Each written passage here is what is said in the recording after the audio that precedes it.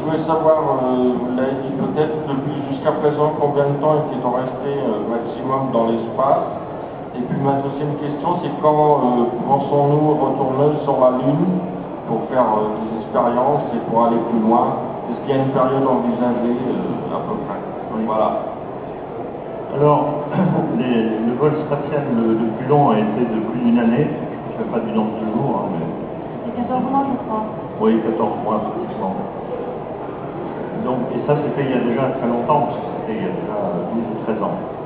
Et le même cosmonaute et d'autres, d'ailleurs, ont volé en total cumulé de durée de leur 2 ou 3 vols, certains, ont volé pratiquement 2 ans. Donc on sait que, si vous voulez, que lorsque on est dans une zone où les radiations ne sont pas trop intenses, c'est pour ça que les orbites qu'on utilise pour ces vols, pour la station internationale et tous ces vols que vous pouvez voir aujourd'hui, sont des orbites inclinées grosso modo à 40-50 degrés par rapport à l'équateur. Et donc ce sont des orbites où les radiations sont moins intenses. Parce que le seul vrai problème qui reste encore à résoudre pour les vols longue durée, notamment lorsqu'on ira sur Mars, est de protéger les équipages des radiations. Nous, quand on vole, on a tous des capteurs qui nous donnent la dose exacte à laquelle on est soumis, de la même manière que ceux qui travaillent dans les centrales nucléaires. Mais on fait très attention à cela et à l'activité solaire également, qui, à une certaine intensité du vent solaire, peut s'avérer extrêmement dangereuse pour les équipages. Et à ce moment-là, quand on est à bord d'une station, on peut se réfugier dans la capsule du Soyouz. Et quand on est seulement en vol seul, disons, en solo de navette, à ce moment-là, la décision peut être prise de revenir sur Terre. Une autre question? Allez-y, monsieur. Oui, monsieur Baudry, bonjour. Bonjour. Et félicitations pour une vie exceptionnelle et de nous faire rêver. Merci. Bon, la technique évolue tellement vite que quand l'homme décidera réellement d'investir l'espace, techniquement on pourra le faire. Le seul facteur qui risque de freiner cette expansion, c'est bien entendu l'humain. Comment vous envisagez ça? Est-ce qu'un jour on ne sera pas obligé de choisir entre l'humain et la machine? Non, je ne pense pas. Je crois que l'humain et la machine sont toujours complémentaires. Les machines, nous les développons, les robots, enfin, on peut appeler ça comme on en veut. Les robots, nous les développons en tant qu'outils. Ou pour aller travailler dans des lieux où on ne peut pas encore vivre, on ne peut pas faire survivre un homme, donc là le robot est évidemment très utile, ou nous accompagne pour effectuer des tâches très complexes, très minutieuses, ou autres. Donc il n'y a jamais d'antagonisme, je pense, entre la machine et l'homme. Je pense qu'au contraire, l'homme a su toujours développer des machines de plus en plus performantes, ce que je disais au début, qui nous permettent d'aller plus loin, qui nous permettent d'aller dans des lieux où il serait absolument impossible, bien sûr, d'aller par soi-même, ou sans protection particulière. Et donc, je ne vois pas d'antagonisme réel entre les deux évolutions. Oui, je voulais faire allusion au vol de très long terme, de très long parcours, c'est-à-dire qui envisage plusieurs générations d'êtres humains, quoi. Là, hélas, on n'y est pas encore, parce que déontologiquement, on est encore en face d'un certain nombre de blocages qui nous empêchent totalement d'envisager de tels vols. Vous savez qu'aujourd'hui, on n'a même pas effectué d'expérience sur la reproduction dans l'espace, en apesanteur. Non, il n'y a pas eu d'expérience scientifique, il y a eu bien sûr des expériences personnelles, si vous voulez, mais pas d'expérience scientifique. Donc on en a déontologiquement de la même manière, nous n'avons pas encore amené d'enfants, enfin d'êtres qui ne soient pas adultes, physiologiquement, dans l'espace. Donc on est, vous savez, avant qu'on arrive à cette époque où on pourra envisager des vols spatiaux qui concerneront plusieurs générations, il s'écoulera encore beaucoup de temps. Merci.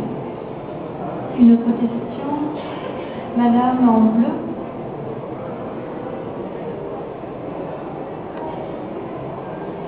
Bonjour monsieur. Bonjour madame. Je voulais vous demander si parmi vos collègues, est-ce qu'il y a des personnes qui ont des séquelles physiques irréversibles? Non, non, pas du tout. Aucun. Aucun. Il y a une réadaptation qui s'opère quand on revient sur Terre, bien sûr.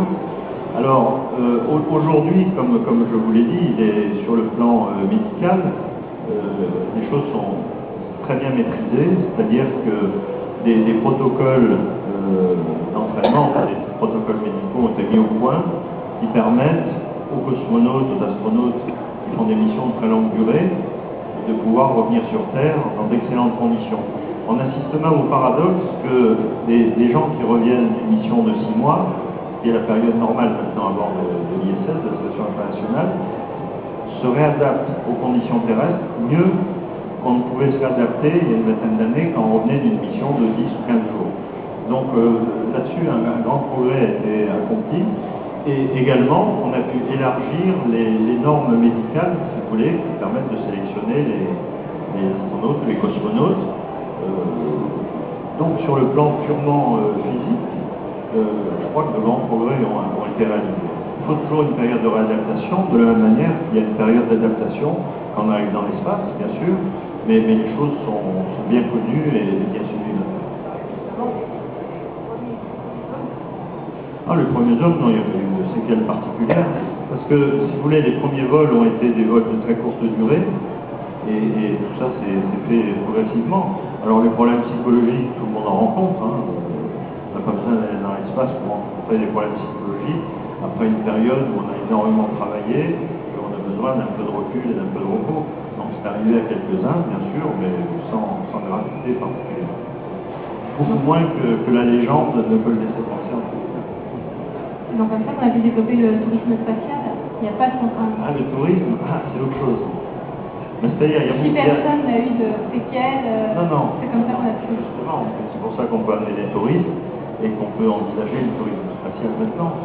Ce qu'il faut bien comprendre aussi, c'est que si vous emmenez un passager à bord, il n'y a pas de rôle essentiel ni dans la mission, ni dans la sécurité de la mission, du réseau spatial. Vous n'avez pas besoin de prendre les mêmes précautions sur le plan physique pour être malade davantage, plus longtemps, c'est-à-dire pratiquement ne pas pouvoir travailler pendant 2 ou 3 jours, c'est pas grave. C'est pas grave. Alors que pour l'équipage de conduite du vaisseau spatial, bien sûr, on prend plus de précautions. C'est un petit peu la même chose sur les aéronefs, mais sur les avions. Les pilotes passent des visites médicales régulières et sont assez bien surveillés médicalement, alors que les passagers ne sont pas plus surveillés que ça.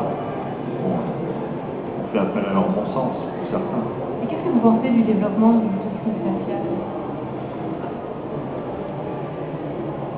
Alors, le tourisme spatial, c'est une évolution normale, c'est-à-dire qu'il a pris naissance il y a maintenant une petite dizaine d'années. Aujourd'hui, les prix sont monstrueux, bien sûr. Et ce qui est important, c'est 20 millions de dollars en moyenne. Les premiers vols ont été payés de 20 millions de dollars. Là, aujourd'hui, il y a plusieurs sociétés qui mettent au point des vols, qui sont des vols de très courte durée en apesanteur, qui seront beaucoup moins chers, puisqu'on certains parlent de 10 000, de 20 000, de 100 000 dollars, ça évolue chaque jour de toute façon, donc c'est pas la même échelle. C'est pas le même espace non plus, parce que les vols qui sont commercialisés aujourd'hui sont des vols de très courte durée, où la phase dans l'espace en apesanteur entre l'atmosphère est de seulement quelques minutes. Donc c'est pas du tout la même chose que se trouver, disons, d'une manière permanente dans l'espace, satellisé autour de la Terre, et a fortiori satellisé vers une autre planète. Là, ce sont des sauts de puce qui seront réalisés, ce sera déjà quelque chose de très beau pour ceux qui auront la chance d'y participer et de pouvoir prendre leur billet, mais ce n'est pas encore l'espace tel qu'on peut en rêver, à mon sens.